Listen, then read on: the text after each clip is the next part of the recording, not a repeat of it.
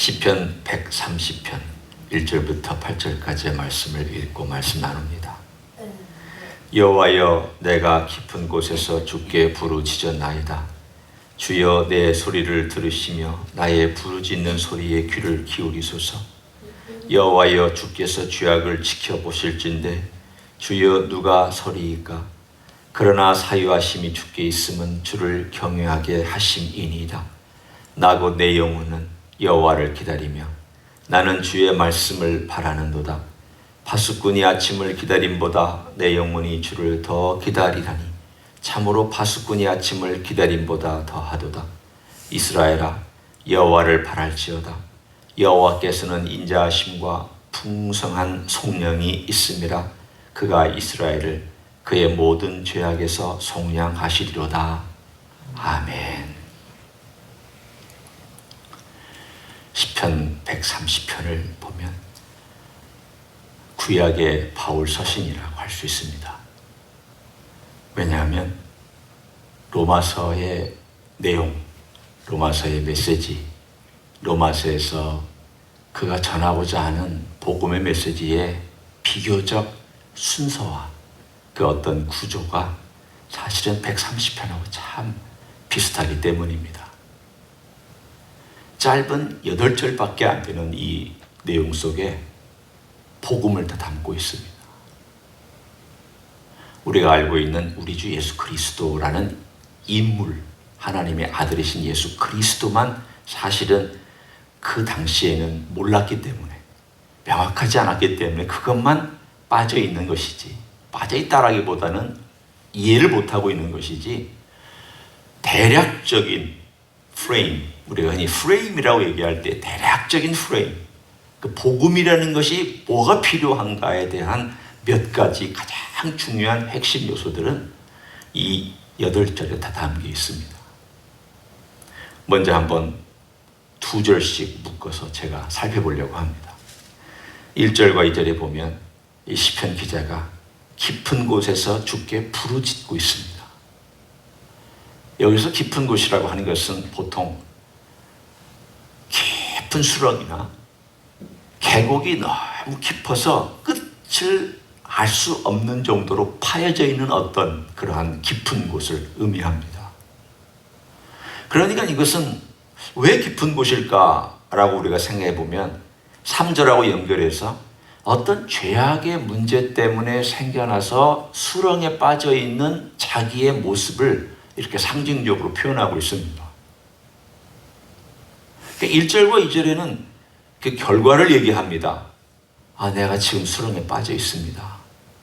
근데 이 수렁은 인간의 방법으로는 빠져나올 수 없는 깊은 수렁입니다. 누구도 나를 도와줄 수 없는 깊은 수렁입니다. 이 수렁은 얼마나 그 깊이가 깊고 인간이 도대체 무슨 수단과 방법을 동원하고 내가 수단과 방법을 동원해도 빠져나올 수 없는 그런 수렁입니다. 그런 깊이입니다. 그러니 하나님, 나를 좀 도와주십시오. 하나님만 나를 도울 수 있습니다. 라고 고백하는 내용이 1절과 2절입니다. 그러면서 그 원인을 3절에서 밝혀줍니다. 그 원인이 뭐냐? 바로 죄 때문이다 라고 그는 얘기합니다. 여호와께서 3절입니다. 여호와여, 주께서 죄악을 지켜보실진대 주여 누가 서리이까? 다른 말로 얘기하면 누가 하나님 아버지 앞에 당당하게 서서 나 죄인 아닙니다. 내가 굳이 당신의 도움을 필요로 할 게 뭐가 있겠습니까? 라고 말할 수 있는 인간이 없다라고 얘기를 합니다. 로마서에서 얘기합니다. 유대인이나 이방인이나 도덕주의자나 자기 마음대로 산 자나 다 하나님 앞에 죄인이다. 그런데 그거에서만 머물지 않습니다. 다 죄인이다라고만 얘기하지 않습니다. 그 죄의 깊이가 얼마나 깊냐에 대해서도 얘기를 합니다. 우리는 이 두 가지를 같이 알아야 됩니다. 하나는 수평적인 죄의 범위와 수직적인 죄의 범위를 알아야 됩니다. 우리는 수평적인 것에 대해서 기독교인이 어느 정도 인정을 합니다. 그래, 너도 죄인이고 나도 죄인이고, 너도 죄인이고 나도 죄인이다. 인정합니다. 이것도 인정하지 않는 세상 사람도 많고 종교인이 많고 기독교를 떠나서는 이 죄에 대해서 의식이 별로 없기 때문에 이것만 해도 대단한 인식이지만 그러나 문제는 이것 또한 중요합니다. 너도 죄인이고 나도 죄인이지만 내 죄가 너무 깊다. 나는 너는 잘 모르지만 적어도 나에 한해서는 내 죄가 얼마나 깊은지 이 죄는 도대체 씻을 방법을 내가 찾지를 못하겠다.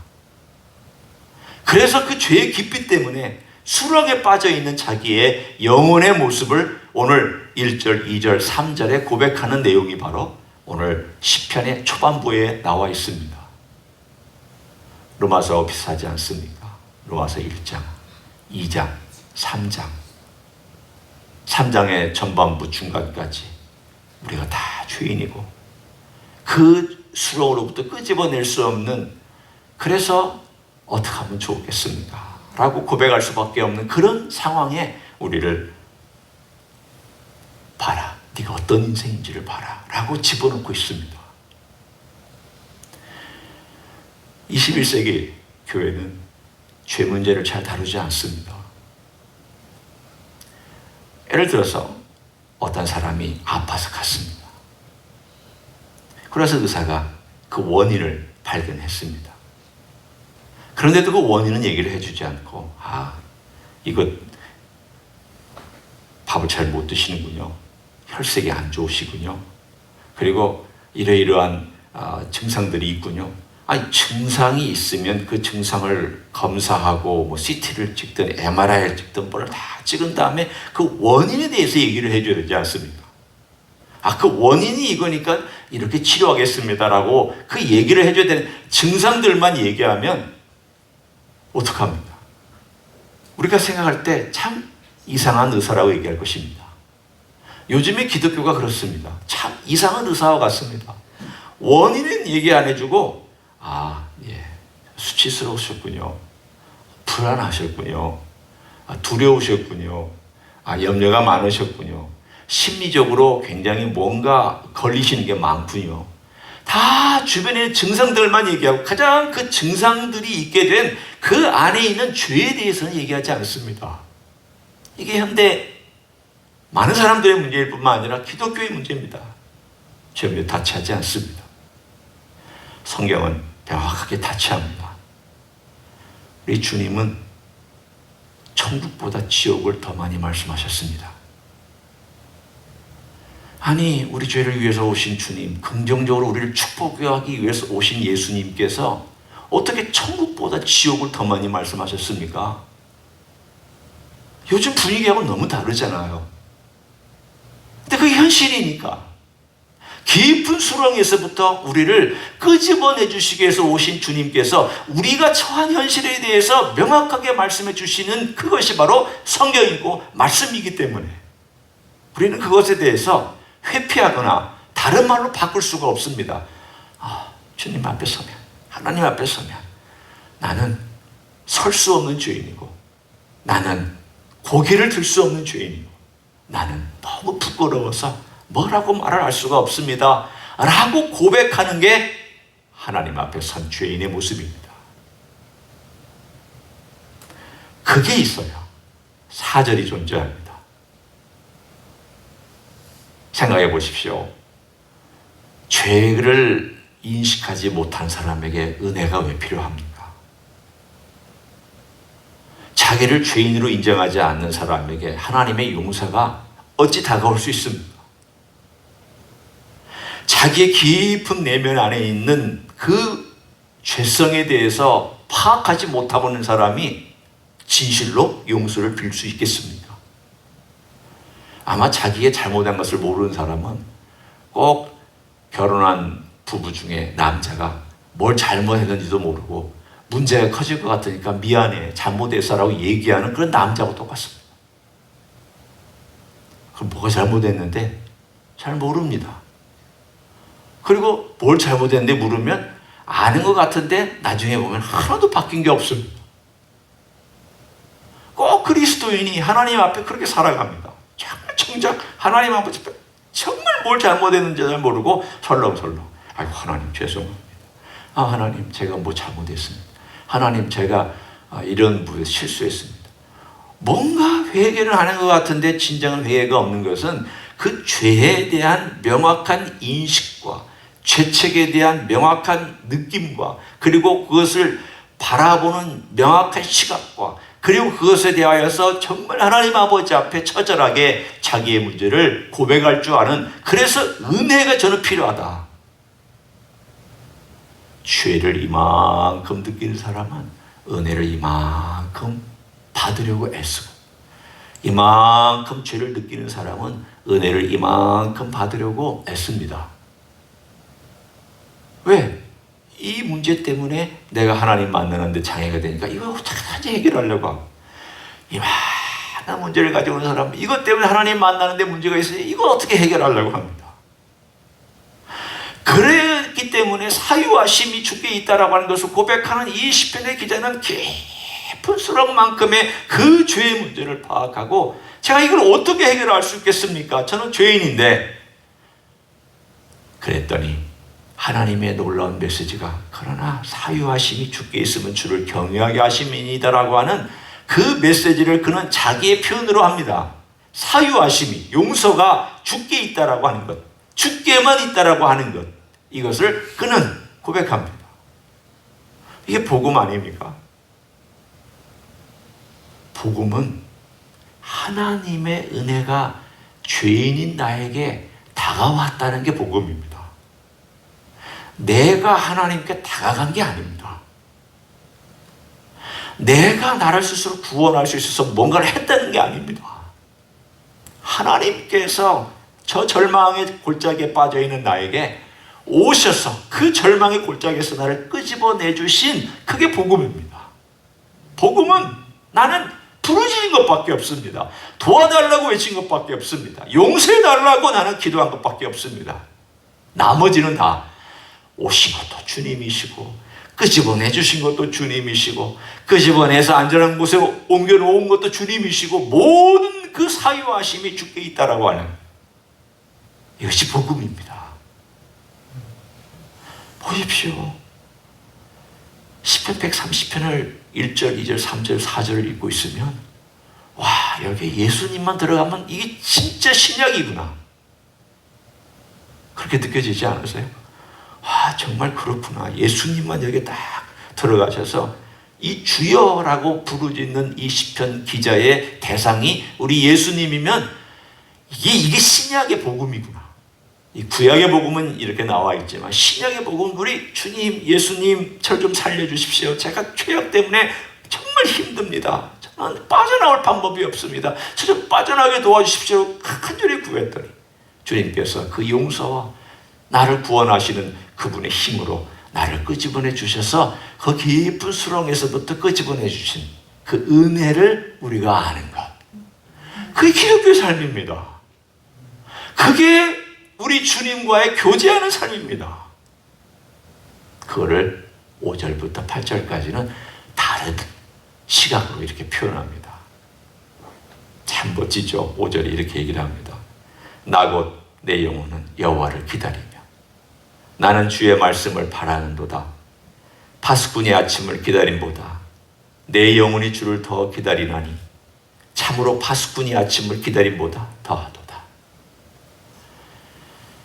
파수꾼이 제일 기다리는 것은 자 동쪽에서 해가 딱 하고 떠오르는 그것, 제일 기다릴 것입니다.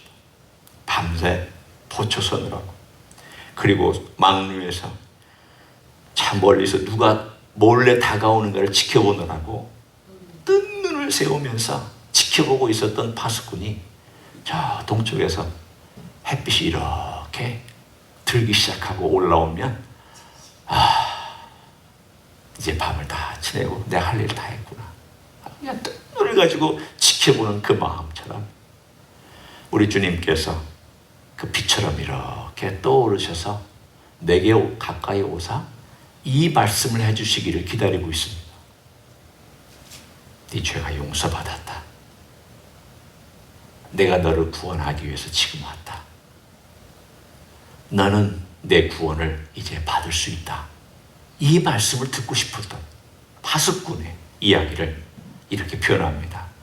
나 곧 내 영혼은 여호와를 기다리며 나는 주의 말씀을 바라는도다. 무슨 말씀을 바라고 있습니까? 이 특정한 말씀이죠. 구원과 관련된 말씀이죠.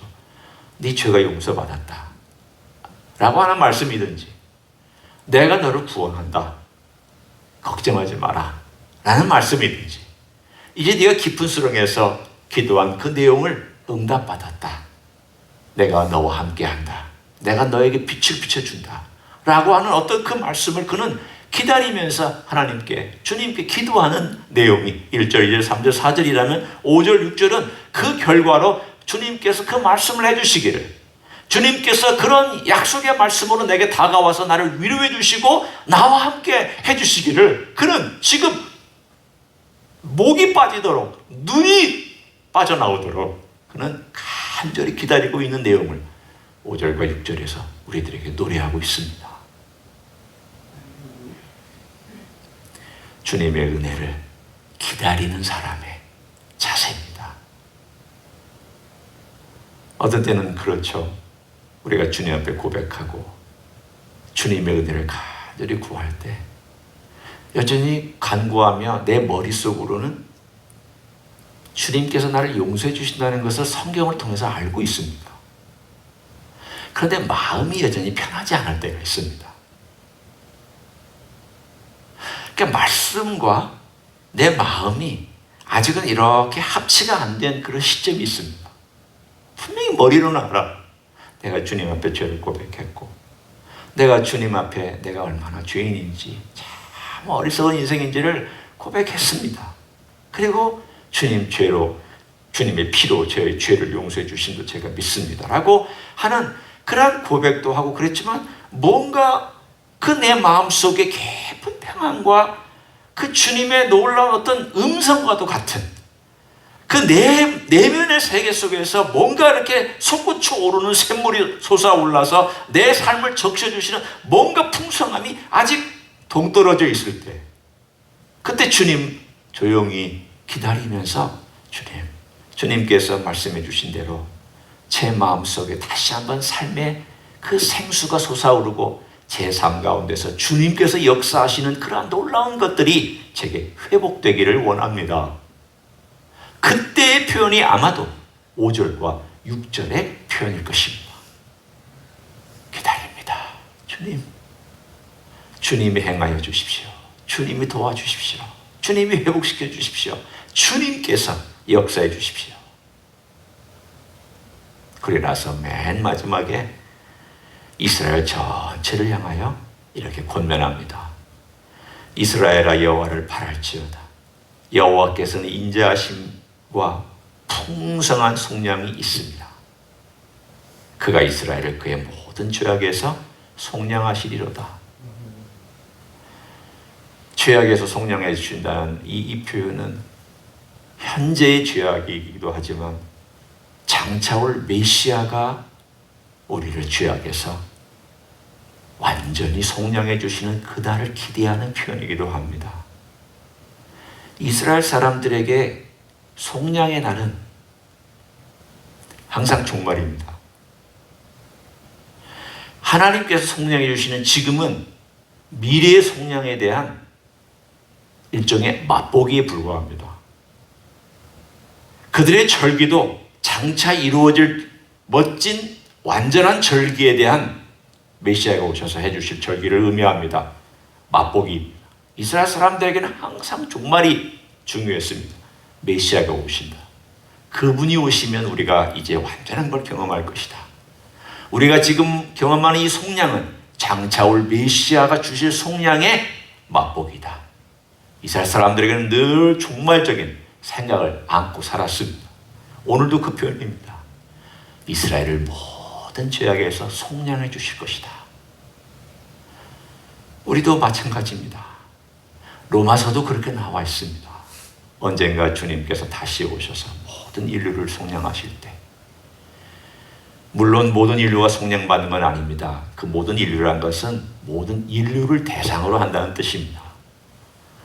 이 인종에서도 나오고 저 인종에서도 나오고 모든 사람을 속량해 주시는 그날을 바라보면서 우리는 그날을 바라보면서 오늘 또한 속량된 내가 또 속량을 경험하고 내가 십자가의 죄 용서로 말미암아 죄에서 풀려나서 속량 받았지만 또 오늘도 속량이 필요하고 왜? 용서받아야 되니까 또 나는 용서받으면서 살아야 되니까 회복돼야 되니까 그러나 궁극적인 속량 모든 죄악에서 우리를 속량한 우리 주 예수 그리스도의 그날을 바라보면서 종말론적인 삶을 살아가는 것 또한 이 시편에서 얘기하고 있는 노래이기도 합니다. 저는 감사한 게 한 가지가 있습니다. 그것은 제가 이 시편을 조금이라도 이해하게 되었다는 것이 감사합니다. 어떻게 이해했냐면 이게 내 문제구나 라고 이해하게 되었습니다. 내가 깊은 수렁에서 주님의 은혜로 올림받았고 때로 또 이런 여러 가지 수렁에 내가 빠져갈 때가 있구나. 그게 바깥에서의 문제가 아니라 내 내면 안에서 내 안에서 있는 나 때문에 그러는 것이구나. 그리고 이 내면 안에 있는 깊은 수렁의 문제는 언제든지 나를 찾아와서 나를 또 빠뜨리려고 하는구나. 그래 호적거리다가 도무지 안 될 때 내가 주님의 은혜를 구하고 그 주님이 용서하심 때문에 또 내가 회복되고 이제는 그렇게 살지 말아야지 하면서 여러 번 그걸 반복하고 뒤치락 엎치락 하다가 어느 순간인가 되면 내가 나를 볼 때 조금은 주님께서 나를 이렇게 발전하고 나를 성숙시키고 성장시켰구나 라는 것을 깨닫게 된 것. 그걸 알게 된 것이 저는 너무 감사합니다. 이 시편에서 그렇게 경험한 내용을 얘기하고 있습니다. 그렇게 경험한 걸 노래로 얘기합니다. 신앙의 고백입니다. 동시에 앞으로 오실 주님에 대한 고백이기도 하고 우리 편에서도 우리 기독교의 입장에서도 다시 오실 주님에 대한 우리의 고백이기도 합니다. 언젠가 내가 완전히 해방될 그날을 바라보며 이 땅 위에서 그러나 순간순간 주님의 은혜로 해방되어지고 순간순간 그 자유를 경험하며 살아가는 이 복음의 메시지가 오늘 하루도 여러분의 메시지가 되고 제 메시지가 되고 우리의 메시지가 되는 축복이 있기를 예수님의 이름으로 간절히 축원합니다. 기도하겠습니다. 고맙습니다. 우리 예수님이 이 땅에 오셔서 너무 감사합니다. 깊은 수렁에서 누가 우리를 구할 수 있습니까? 깊은 수렁에서 누가 우리를 끄집어낼 수 있습니까? 우리 예수님이 이 땅에 오셔서 내가 갈 수 없었고 내가 하나님께 접근할 수도 없었는데 예수님이 친히 찾아오셔서 우리 곁에 계시고 우리를 위하여 섬기시고 또 십자가에서 우리를 위하여 피를 흘리시고 우리의 죄값을 다 지불하시고 깊은 죄의 수렁에서 우리를 끄집어내 주신 것을 감사를 드립니다. 그렇지만 주님 때때로 우리 또한 과거의 그 수렁에 다시 빠져 들어갈 때도 있고 나쁜 것들과 나쁜 습관과 악의 꾀임과 악한 것들과 그런 죄악으로 말미암아 우리가 괴롭고 또 마음에 좌절할 때가 많습니다. 그런 주님 그때마다 우리를 속량해 주시는 주님의 은혜와 능력을 믿습니다. 고백하는 자, 회개하는 자를 주께서 기쁘게 받으시고 상한 심령을 주께서 회복시켜 주실 줄로 믿습니다. 완전한 속량이 이루어질 때까지 우리 주님 앞에서 그때그때의 속량을 경험하며 살아가는 우리 주님과 교제하는 그런 하나님의 종들 되게 하여 주시옵소서.